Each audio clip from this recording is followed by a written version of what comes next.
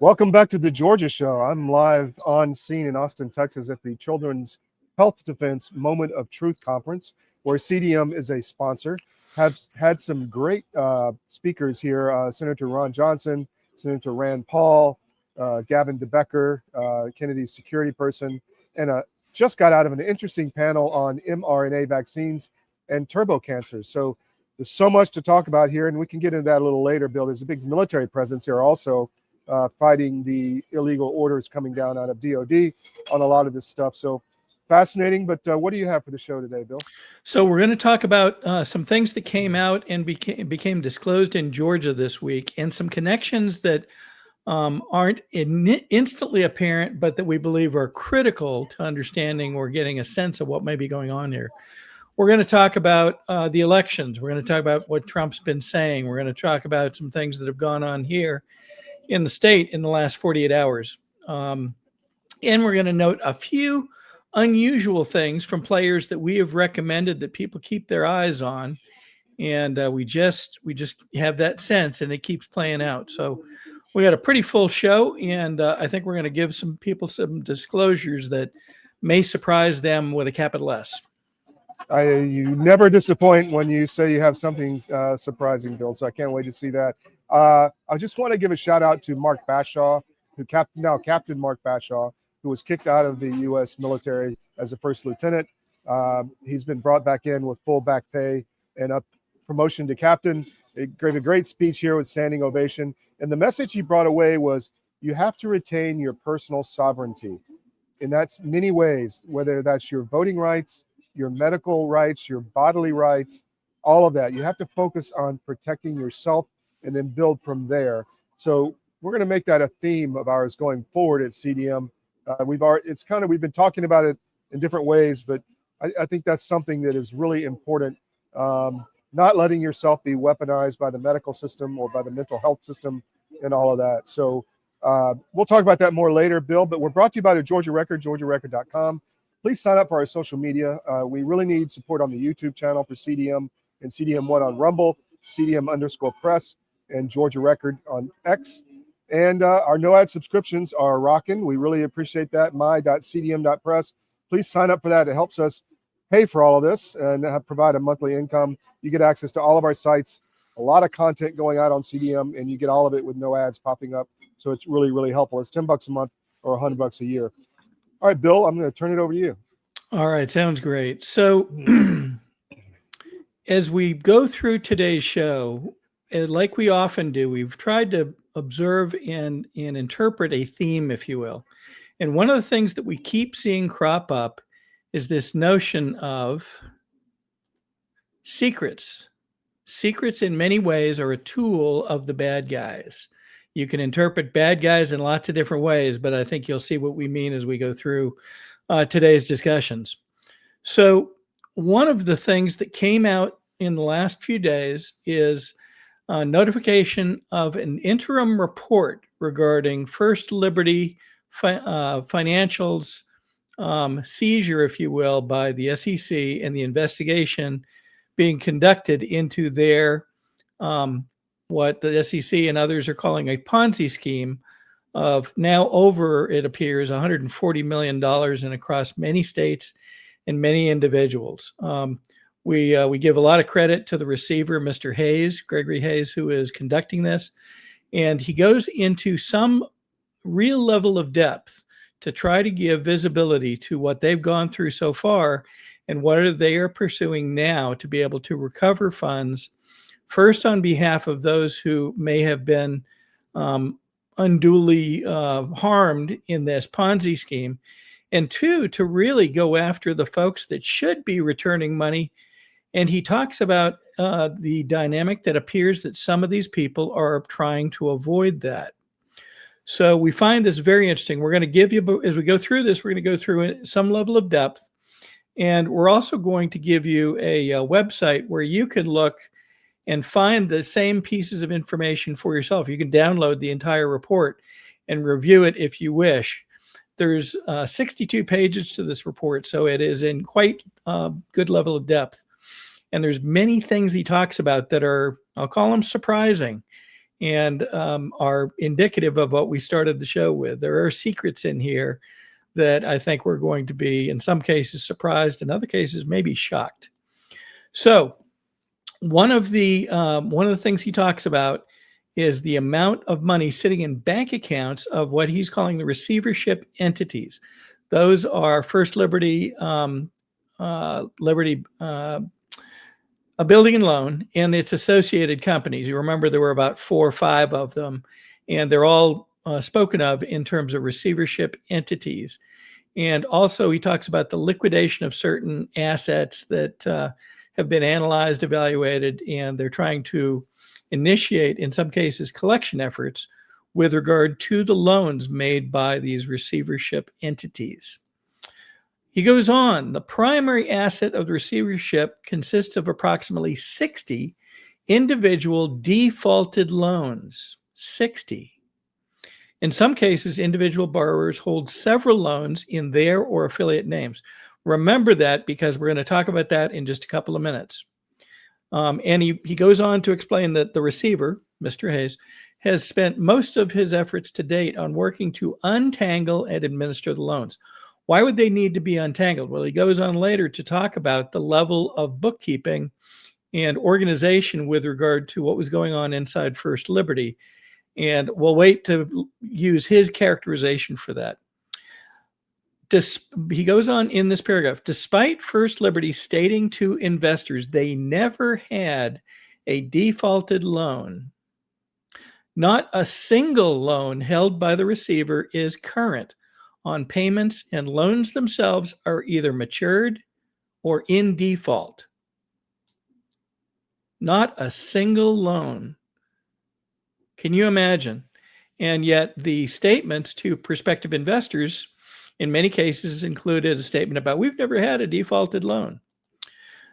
He continues, such loans involve various borrowers and parties who entered loan participation agreements and investor notes, proceeds commingled in and out of a common pool. So while many investors were told that they might be investing in a particular project or a particular type of loan or a particular type of loan for a given entity, it turns out that much of this appears to have been commingled out of a common pool, which of course makes the current situation and what happened potentially much more difficult to uncover and discern. He goes on, certain parties who receive transfers from the common pool containing funds of investors to which such parties may not have been entitled, meaning some of this money may have gone to parties who weren't entitled to it. It begins to get very concerning, even more so than the scheme itself when they first announced it. Now it appears that the ability to even discern what's happened, where money came from, where it went, to whom it went, and what the current status is convoluted by this mix and commingling potentially of fund transfers. During the application period, the receiver also discovered that significant transfers of funds and other assets were made to third parties, insiders, and affiliates of the receivership entities who did not appear to have provided equivalent value to the receivership entities, and or who may have facilitated the misconduct and contributed to the investor losses. Who is he referring to as insiders? He doesn't specify yet. Now, could this be potentially other members, other people within First Liberty? Potentially. Could it be potentially even family members? We don't know. Could it be outside parties? He says, made to third parties, investors. How many people are wrapped up in this, and how many have yet to really be named? Interestingly enough, later in this document, we're not going to read you the whole thing because it's quite long, but we're going to show you a few things that begin to name some of the people involved in this, and it gets troubling. Okay, he goes on to begin describing his investigations and so forth. Most notably, we pulled out this quote: based on the review of the computers of the receivership entities and interviews of its administrator and other employees, the receiver confirmed that the receivership entities did not properly manage their finances or business operations or maintain in financial records, their financial records, in a readily usable manner. Didn't properly maintain finances or business operations in a readily usable manner. It sounds like it is a disaster in terms of bookkeeping inside First Liberty. Before I move on, down at the bottom of that page, you will see a website, www.firstlibertyreceivership.com. This is a website that has been created by the receiver, Mr. Hayes, and his affiliates to provide visibility to the public, to other potential victims, and other interested third parties so that they may see the substance, the status, if you will. I just noticed I have a typo in that, but should read www.firstlibertyreceivership.com. I think I'm missing an R and an E there in the middle of the word. But look that up. It is noted in the document itself, and you'll be able to download the entire document. You'll be able to see other court filings and other information that they are making available to the public. Again, trying to make this as legally transparent as they can, because so many people, one, have been victims of this, and two, are interested in its progress.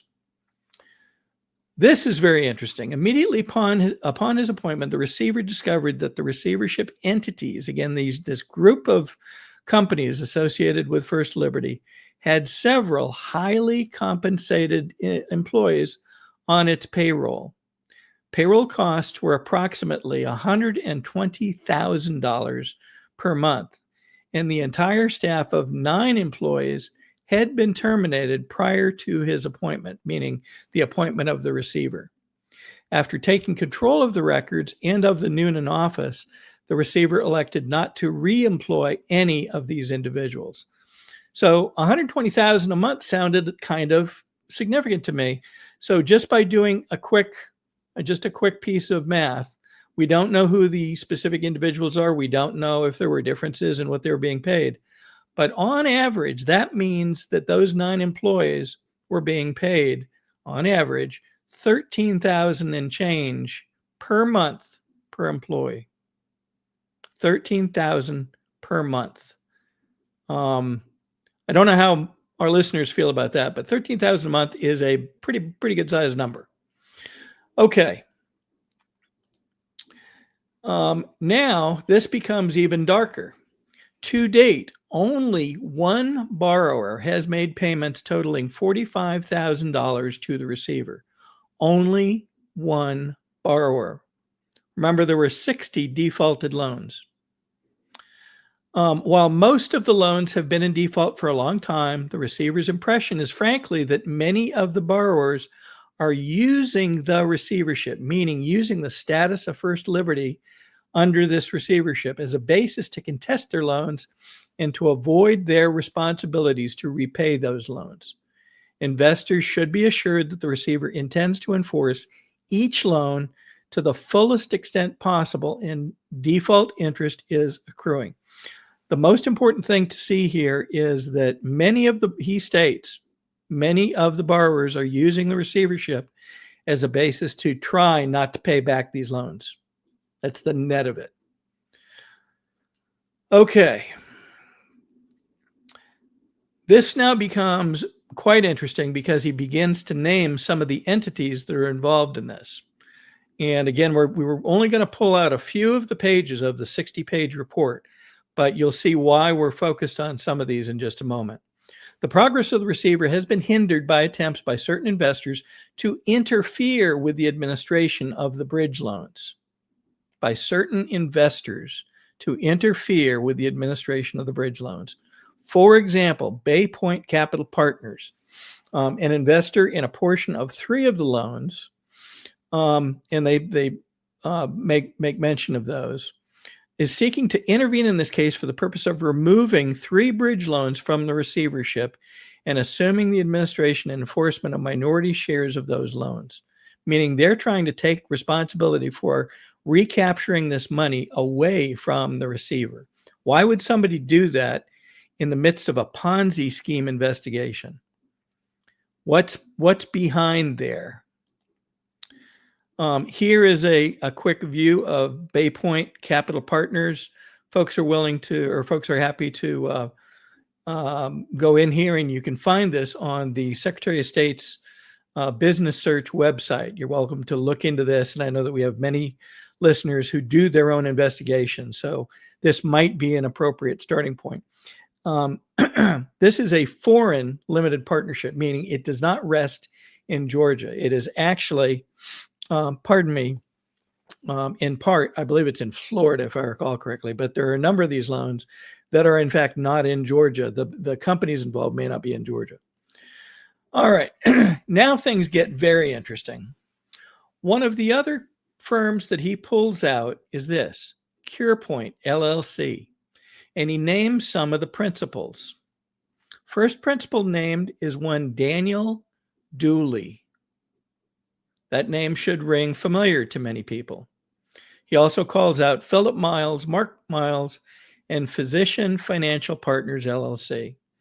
He talks about CurePoint entered loans dated November 1st, 2019 for $3.65 million.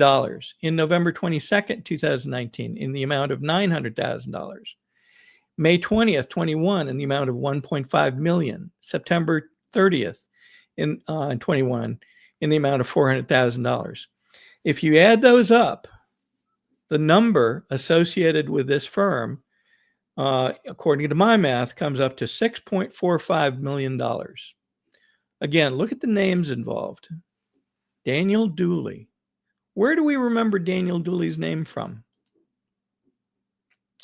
Well, Daniel Dooley, as of this report, we are hearing is the Daniel Dooley associated with Derek Dooley, the current Senate candidate, and a friend of Governor Kemp. In fact, he was reported to be a roommate, and we checked that, of Governor Kemp back during their college days.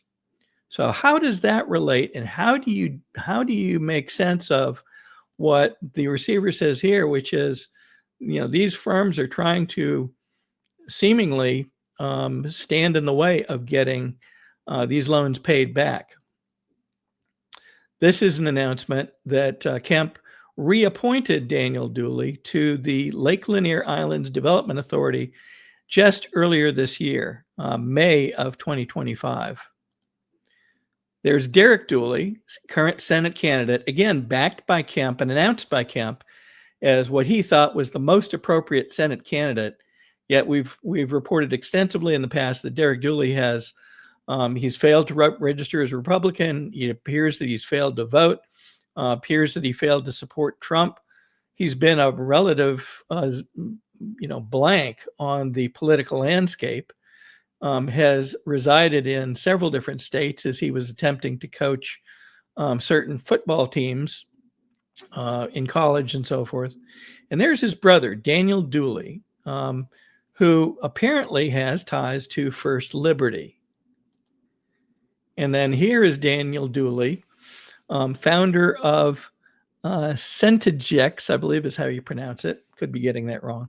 And I asked one of the AI engines, Grok in this case, to confirm whether Daniel Dooley has been noted as a roommate of Brian Kemp. And indeed, it came back and said, yeah, he was a roommate of Kemp back in college at the University of Georgia. And the family ties between the Dooley family and the Kemp family are noted as well. So this appears more than very interesting. And we're not sure where this is going to go. But again, the connection is what matters. And how many times in the past have we said, look at the connections that people have, and you will learn more about who they are, who they're working with, what they may be involved with. There is also this. He mentions Philip Miles, which is one of the gentlemen listed on that previous page. And again, there's another loan here in December of 22 in the amount of $6.5 million, which had an original maturity date of December 18th, 2023. So again, we begin to see similar names pop up. These people are they part of a family, these Miles family? Well, we don't know yet. We are just hours into looking at some of these things, but we note too that this is supposed to be a cancer care center of some kind that was acquiring this loan. Now comes a very interesting name, Haven and Lisa Brown. Now, Lisa Brown, I'm going to read this. Lisa Brown is the manager of Haven Real Estate Holdings of Snellville, which entered a loan dated July 31st, 2024 in the amount of $1.75 million and had a maturity date of July 31st, 2025, and was secured by all assets of the borrower, a senior living facility in Snellville, and a guarantee by Lisa Brown and Haven Memory Care of Snellville. Again, sort of an ancillary, we'll call it medical or care facility. Most notably, a few paragraphs later, he says this, the receiver writes this: to date, Ms. Brown, who has personally guaranteed all of these loans, has been wholly uncooperative. She has refused to provide financial and other information and failed to make loan payments. And he goes on with further detail. But most importantly, look at that word, wholly uncooperative. Imagine what you feel when you read that and you are a victim of this enterprise. Wholly uncooperative. Okay, so that's where we stand as of the moment. Now, there's 62 pages. There is more information in here that we have yet to dig down underneath. But we suspect people across Georgia, now that we've voiced this, are going to be looking just as deeply as we are at what this all means. Who are these players? Why do we have these interesting connections with Daniel Dooley and several people named Miles? Why are some of these people attempting to get out from under the work of the receiver? And why are they fighting to keep this away from the power of the receivership when we know there are hundreds of victims across Georgia and maybe beyond who have lost millions upon millions. Some have lost everything. So this is essentially the borrowers who are refusing to pay back, trying to use the receivership to not pay back the loans, correct? That's true. That's true for the borrowers. There's also one investor that seems to be trying to extract himself from certain loans that they funded to get them out from under the receivership as well. So it's mainly borrowers, but it's also, for whatever reason, one of these investor groups is trying to get out from under this as well. Why would they do that? Wouldn't they want the help of the FBI and the SEC and the receiver and others to recover their funds? And apparently they're trying to get away from this. Why? Why is the question. Great research, Bill. Well, again, this is part and parcel of folks, others that began looking at this. We saw some very pointed quotes from many folks, including work by David Cross and others. And that got us started. And then now we've gone a bit deeper, and we think that this rabbit hole is going to go a lot deeper than this. You can just smell it coming. Wow. Amazing. It's amazing. There's a lot of not just disclosure, but peeling back the onions, right? Yep. Well, and now compare this to the efforts made by Joshua McCoon during the latest state committee meeting to avoid even discussion of the Frost family members still being in positions of leadership in the Georgia GOP. Made sure that the meeting was closed prior to being able to even bring up motions to potentially remove these people, or at least put them on notice for removal from their positions within the Georgia GOP. Why would someone do that? And now that we see this going on, again, with connections back through apparently Daniel Dooley, who's connected back to Kemp. Who is Kemp connected to? Joshua McCoon. So what role he plays in all of this, we have no idea yet. But the connections cannot be ignored. Wow. Amazing. Should we take a break here? We should. Okay, I'm going to play a couple ads and we'll talk about our sponsors. Stay with us. Thank you. I'm David Cross, and you may know me from my election integrity work, but I also own U.S. Asset Management, a family-owned and operated investment advisory practice. I'm a certified portfolio manager, and my job is to help you make better decisions with your money. One of the things we try to avoid is investing in companies that push the woke agenda. If you're invested with one of the big firms out there, there's a pretty good chance that you're feeding the beast that hates your values. Our company is 100% conservative, and we'd love to have an opportunity to work with you. Check us out at us-am.com and look for our big, proud American Eagle logo. Well, in the case of hydroxychloroquine and ivermectin, these are two medications that have been FDA approved for use in humans for decades. They are very, very inexpensive. Interestingly, available over the counter in almost every other country other than the US and Canada. You can just walk into a pharmacy and buy them like we buy Tylenol in much of the world because they're that safe. And we've known for decades that ivermectin has very strong antiviral properties. It has anti-inflammatory properties, and both ivermectin and hydroxychloroquine are what we call zinc ionophores. They help to move zinc from the bloodstream into the cell, which is where it needs to be in order to fight off a virus. So lots of application for these, and we have every reason to believe that those drugs also will likely have some efficacy against H5N1 or a number of other respiratory viruses that we may meet down the road. So I just want to highlight David Cross. He's our resident financial advisor. If you have a problem in your life financially, like there's a lot of people when they have a death in the family, they don't really want to know what to do. A divorce is a big one. Estate issues, the next generation taking over your business. Talk to David Cross at US Asset Management, us-am.com. We have a lot of good feedback from people working with David, so we can highly recommend.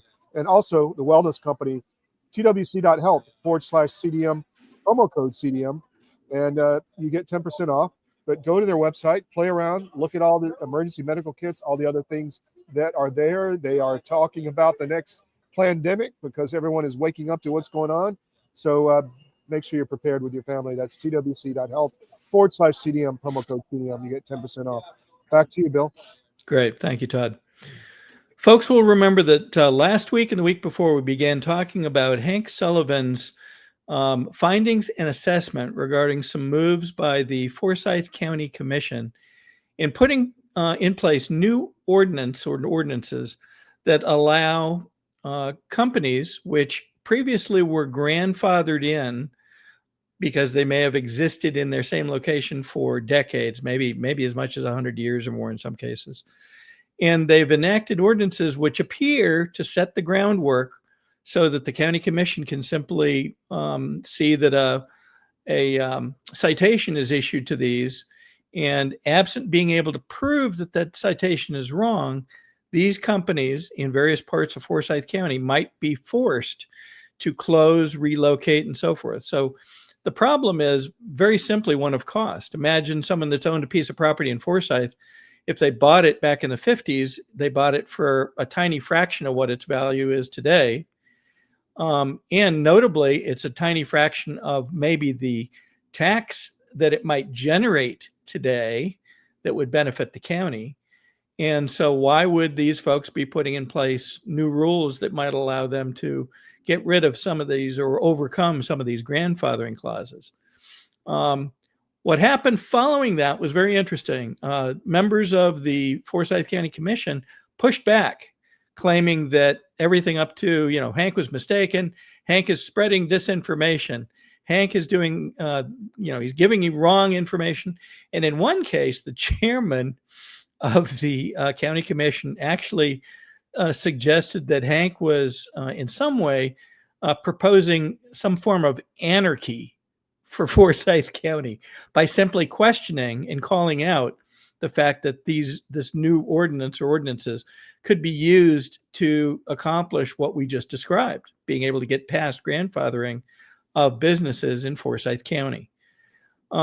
Inadvertently, an ancillary fact came out of this, and that is that it appears, according to other reports now, that the Forsyth County Commission, along with some elected members of the House and Senate of Georgia, are using a private or perhaps multiple private Facebook groups to communicate things that are communicate in ways that are not open to the general public.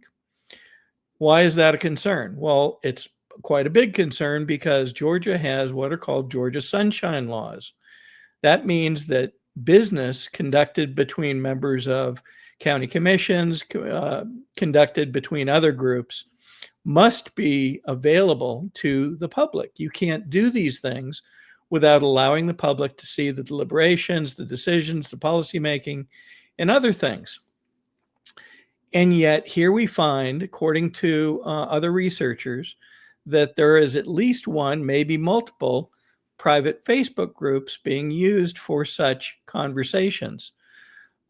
We have checked this. We believe that this is borne out through facts and through research that others have already done, and in fact may be very concerning. Now, we're going to draw again a correlation between this and something else. We reported, with the help of a couple members of the state election board, that certain communications portals, one called Firefly, was being used and may be still in use today, we believe, between the Secretary of State's office and the election board offices in multiple, perhaps all counties around Georgia. The problem with that is that it is not open to open records requests. It's a portal. So when you send messages, those messages are not in email per se. They're visible, you can see them, but they're not, you typically can't call them out as easily. You can't, you don't have them retained in the same way that you retain emails and other types of messages, text messages, for example. And so for quite some period of time, the Secretary of State's office didn't even want to discuss the existence of Firefly. We found out in our reporting going back, I believe it's almost a year old now, that at least one member of the state election board had and appeared to still have at that time access to Firefly. Other members, in personal conversation with me, confirmed that they did not have access to Firefly. So here you have a mechanism by which the Secretary of State can talk to election offices around the state and nobody can see what's going on unless they are given access to Firefly. Clearly wrong for one or a subset of members of the state election board to have access to such a thing and the others do not. But, you know, should we be surprised given everything that we've seen come out of the Secretary of State's office? Probably not, per se. So now we find out that there's this mechanism that's being used, at least by, we are told, the Forsyth County Commission, along with members of the elected members of folks that are associated with Forsyth County. During this week, a formal complaint was lodged by Scott Howard and was sent to the organizations that you see above. It went to the Attorney General's office. It went to the Georgia Government Transparency and Campaign Finance Commission. It went to the GBI, now I'm told. And so this is quite a very serious thing. Part of the reason that this got filed is because Mr. Howard reportedly issued open records requests surrounding this type of communication and received a reply which attempted or appeared to attempt to avoid even disclosure of this communication or this type of communication. I don't want to go too far into the details of that because that's now subject to a formal investigation, but understand violation of the Georgia Sunshine rules and laws are indeed, they can be deemed crimes.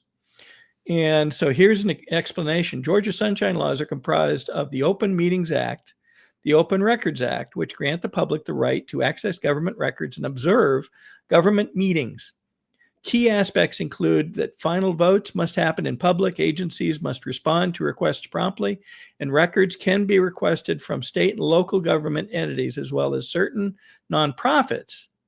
While public access is broad, the laws do contain limited exceptions for things like personal information and certain investigative records. That only makes sense if there's an open investigation. That does not seem to cover, are you communicating in private when you should be making such communications public? The ethics complaints have been issued against these 4 people: Alfred John, who's chairman of Forsyth; Mendy Moore, who was elected to the Forsyth County Commission in the last year and a half; Carrie Hill, and Laura Simonson, 4 of the commissioners that sit on the board. Where this is going to go next, we don't know, but it is fascinating to watch. Notably, some of the other members, notably Greg Dolezal, was also named in this as an affiliated party somehow. And Valdez, who sits on the school board, was one of the other people named in, as an affiliated party in these complaints. Man, oh man. So where we're going to go next, we don't know, but it shows that when you press on the right pinpoint, when Hank started talking about their overreach apparently into grandfathered companies, they apparently tried to decide, well, how are we going to push back, and had conversations, it appears, without the public being involved. This isn't kosher, and it's not kosher for those reasons right there.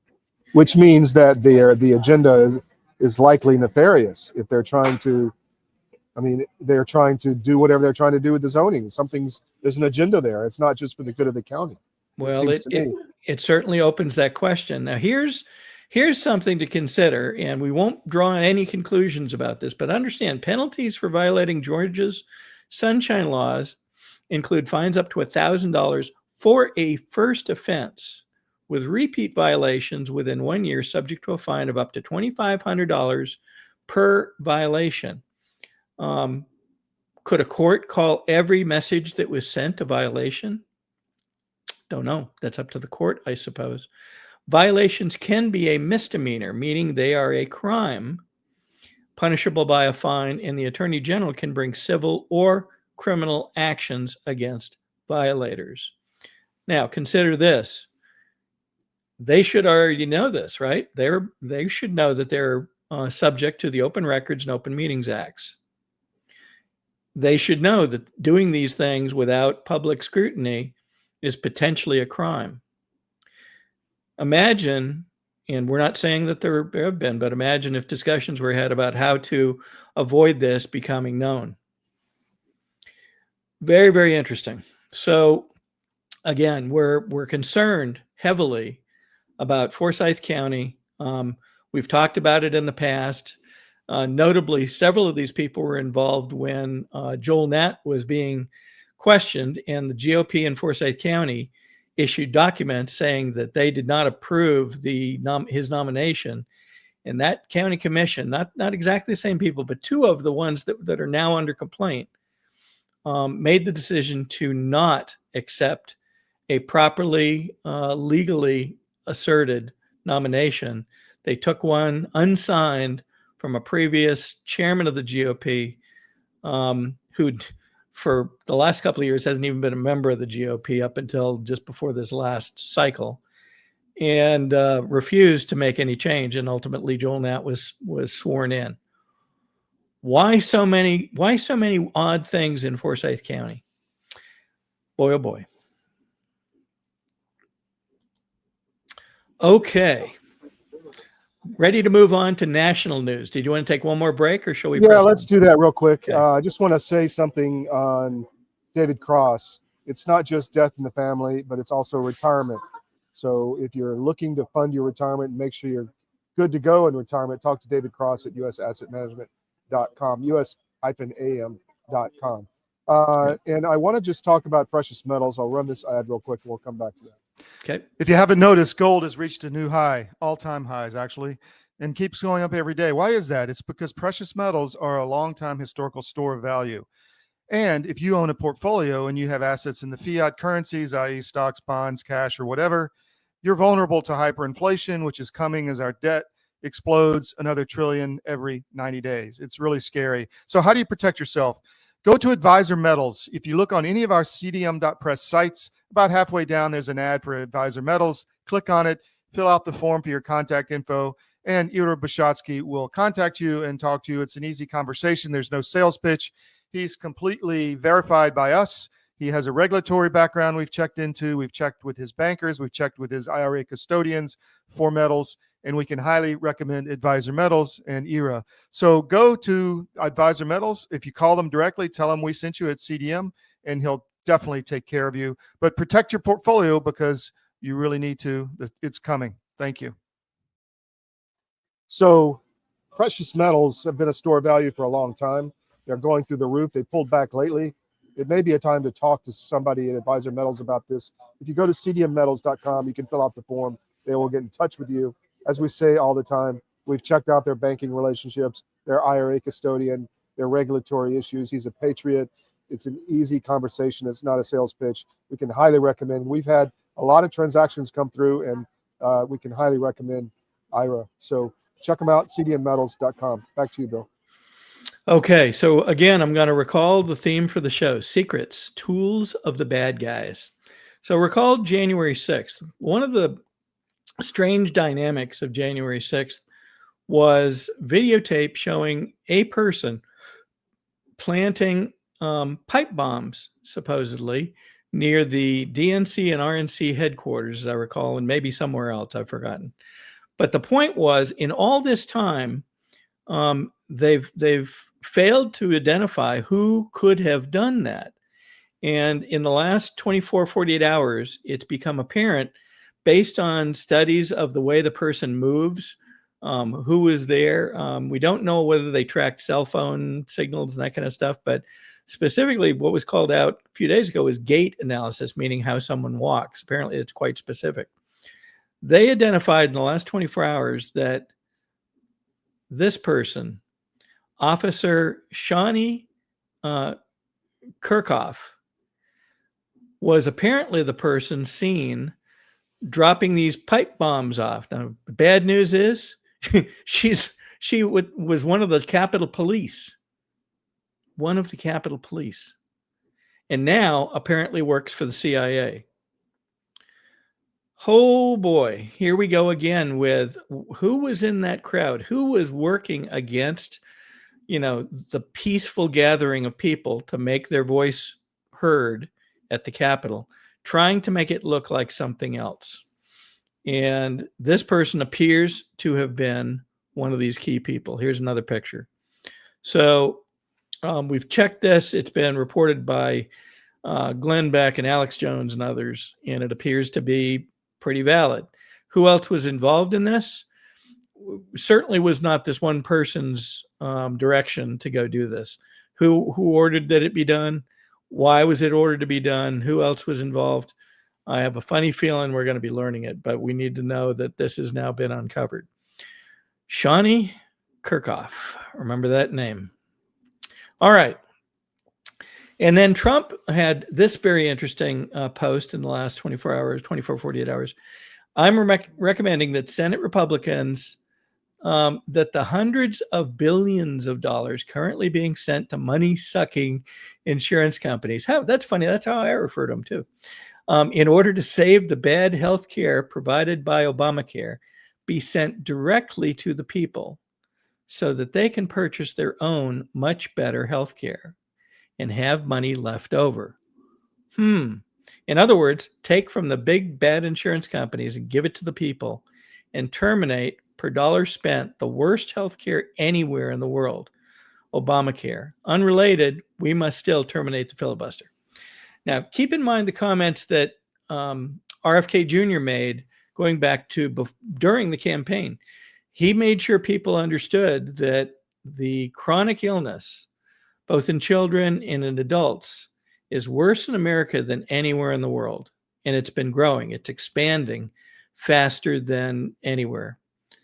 And now comes this, we need to get out from under these hundreds of billions being done to subsidize Obamacare and take it away from the insurance companies and give it to the people so they can get their own better health care. Pretty amazing initiative. How fast it'll move? Well, we've talked in previous shows about there are people that we believe are in some ways standing in Trump's way. Will they do so again? Probably will, but isn't it a nice thought? All right. He also had some other comments to say that I want to play in relationship to, and it relates directly here to Georgia and our issues with the elections. Let's listen. Before we Whoop. do this, for my safety and security and for the good of our nation, you should do it anyway, regardless, even if it costs 10 times more, but it actually costs you just a tiny fraction. If you went to paper ballots and you're voting, and I would hope that every Republican would, so it costs exactly 8% of what the machines cost. These machines, they got something going. They get business. It's amazing. So paper ballots, and paper is very sophisticated today. Paper, it's called watermark. It's impossible to copy, impossible to cheat. It's actually hard to believe that a piece of paper is highly sophisticated, but it's watermark, and it's very, it's amazing actually when you see it. You can't cheat. But if you went to paper ballots and same day voting, and if you went to voter ID, and also one other thing, you want a proof of citizenship, those four things: proof of citizenship, voter ID, paper ballots, one day voting.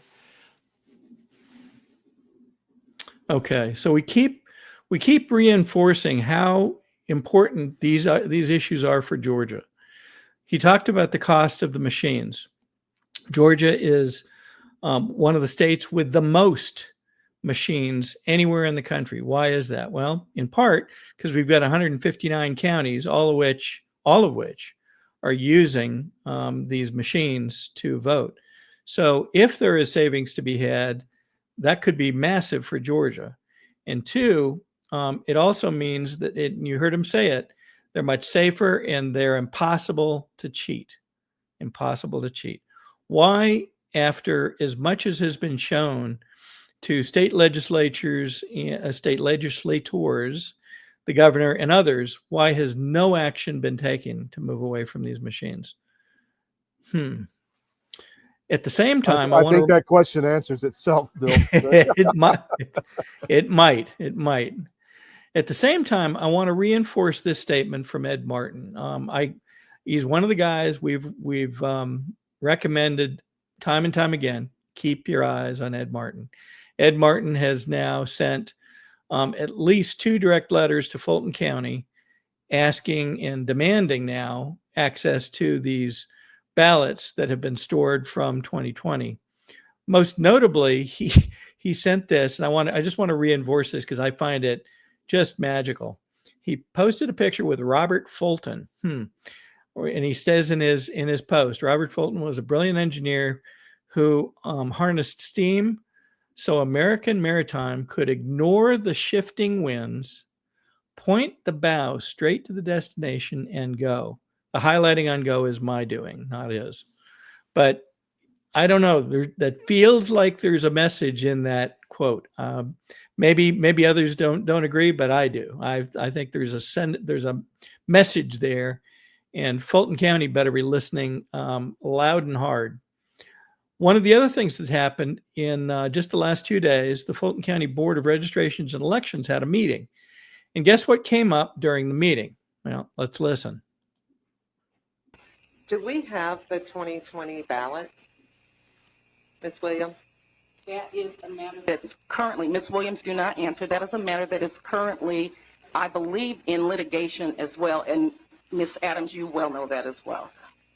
It is not in litigation. If we are not asking if we have the ballots from 2020. I'm a board member. I'm allowed to ask a question about documents from 2020. Do we have I believe that is do we have the ballots? As you've been told several times, the ballots are in the possession of the Clerk of Superior Court. So she has physical. They are physically in the Clerk of Superior Court warehouse and secured in that location. Okay. They've been there for 5 years. The ballots and the records. Correct. From that They election. for the past 5 years, they have been in the Clerk of Superior Court possession. Okay. I had been told actually earlier that they were in our warehouse. Nobody told you that, and they are in the clerk. Well, wait a minute. Let's not debate that. You asked the question. She did give the answer. And I think the public does know that this matter is before, I believe in Fulton County Superior Court. This matter is sitting there right now. And I believe there will be a ruling soon. I mean, I'm presuming since it's been there. Right. Well, I do want to go on the record that I think with this letter from the DOJ that we should comply. And just want to go on the record that I am not fighting it at all. I think that with all the questions, we need to comply. We need to get all of the questions stopped. If everything's right, they'll just say everything's right, and it'll be great. But I just want to be on the record that I'm not obstructing anything from the SEB or the Department of Justice. All right. I want to replay the first few sentences of this. I want you to listen very closely to the instructions that are given him as the first person that's questioned. One more time. Question. Do we have the 2020 ballots, Ms. Williams? That is a matter that's currently, Ms. Williams, do not answer that. Do not answer that. Do not answer that. Again, secrets, tools of the bad guys. I hate being right all the time. Okay, by the way, the woman asking the question, Julie Adams, has struggled on the Fulton County Board of Elections for now going on, I guess, 2 years. And she is subject of one of the refusals to reappoint her, although she continues in the role to which she was originally assigned. And notably, Jason Frazier should be sitting next to them and is not, because the Fulton County Commission again, has refused to seat him. All right. Boy, just goes on and on. Last week, we talked about the continued investigations into the Russian collusion hoax. We saw Brennan push back hard on people questioning him, both in a public symposium and then later afterwards. And we wondered during that show, what's it going to take? I mean, why is this guy acting like there shouldn't be any questions here? Well, I guess it's now too late for him to be wondering about that. Let's take a look at this.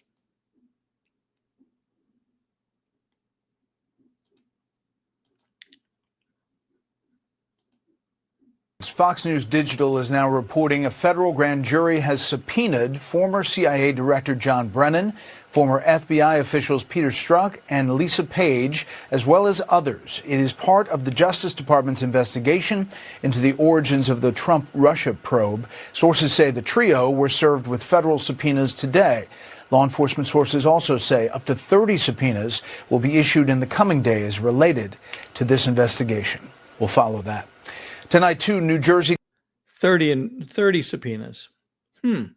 Let's further hear this. The FBI lovebirds, Peter Strzok and Lisa Page, Jim Comey, James Clapper, the whole lot of them, the whole lot of Russia hoaxers thought that they'd gotten away with it. There was no way that they thought that Donald Trump would survive, the impeachment, the lies, the portraying him as a Russian puppet, a Russian stooge of Vladimir Putin. And then, of course, the 2020 election, when they buried all the bad evidence about Joe Biden and Hunter Biden from the laptop, and they wrote that or signed that dirty 51 letter, John Brennan again, right in the thick of things. They thought that they had just dispatched Donald Trump to probably to jail, or certainly to ignominy, certainly not to become president again. And it's just their worst nightmares. And I think they probably thought that Donald Trump and his administration would be distracted and not worry about going back to the past and maybe show mercy like Trump did in his first term to Hillary Clinton, but no such thing. And it's not about retribution, even though Donald Trump did say to his supporters before the 2024 election, "I am your retribution." That's very satisfying. It's not retribution as much as it is pending justice, perhaps. So that's very interesting. And I wanted to share those because, again, Brennan would have us believe from his comments last week that read my memoirs. That'll tell you what happened. Well, you can read them. You can read them. You may have plenty of time to do some reading, Mr. Brennan. All right. And then one last thing, I found it interesting, and it'll perhaps hit home with some may not understand what we're looking at here. The company that makes a shot that people take, some people take it, and it helps supposedly lower A1C, and it helps people lose some weight and some other things. It's referred to as Ozempic, but there's many other names that are used for essentially the same chemical. But the main company that makes Ozempic was in the White House, in the Oval Room, in fact. And as part of one of President Trump's announcements, he announced that he had gotten them to dramatically reduce the cost. Many people know that these shots have been $1,000, maybe more dollars per month per person. And they're talking about knocking it down to, a tiny fraction of that. So in the midst of that announcement, here's what happened with the White House announcement. We've been advancing science and creating high-value jobs. But today are you okay? Gordon, you okay?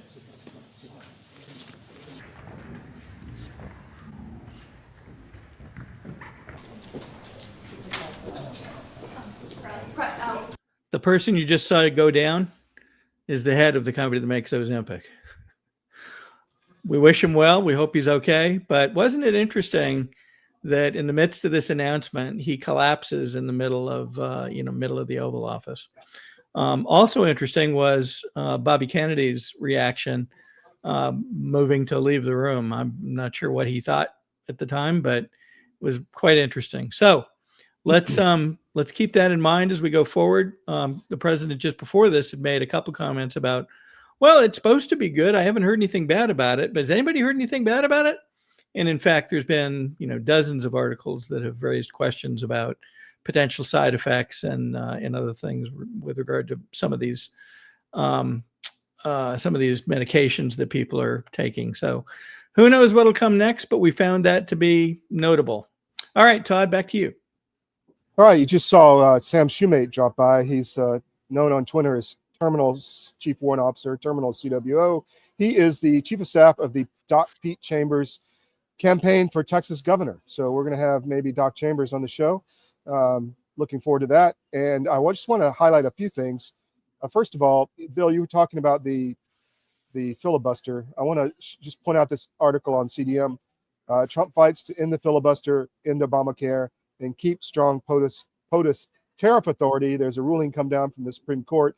So you can see all of this on CDM. I think ending the filibuster, in my opinion, I think Trump's right. The Dems are going to do it anyway. So why don't we do it and enact our legislation, get good elections, and get Trump's agenda pushed through? If the Republicans will get on board, that's a big if, of course. And then this other article on armedforces.press is the article I mentioned about the standing ovation for the military members who refused the jab or kicked out and now are being brought back in with full back pay and promotion. So really a powerful conference here in Austin, Texas with the Children's Health Defense and their military section, as well as the overall effort. A lot of good information. We'll try to release more of this. We were a sponsor of the conference. And I'll tell you, Bill, we had a lot of people came up here. This is Bobby Kennedy's group. It's a global group. It's very connected, very, very powerful group. And a lot of people came up, Bill, and said, I watch you guys on all your shows and really appreciate your work at CDM. So we were very thankful for that. So that's all I had, Bill. I'll be back on the skip tomorrow, 10 to noon, and have some great guests tomorrow at 10 o'clock. That's great. We'll be looking forward to hearing about the outcomes coming out of the CHD conference. And, of course, CHD and Mary Holland have been great friends Yes, to yes. CDM and the show. So, all right, very good. We will be back on Wednesday evening at 7, and you're going to have the skiff tomorrow morning? Yes, 10 a.m. Eastern till noon. I got Pete Blaber coming on to Ukraine SITREP. It'll be very informative. A lot of happening there. That's great. That's great. All right. Thanks for being here, folks. We'll see you next time.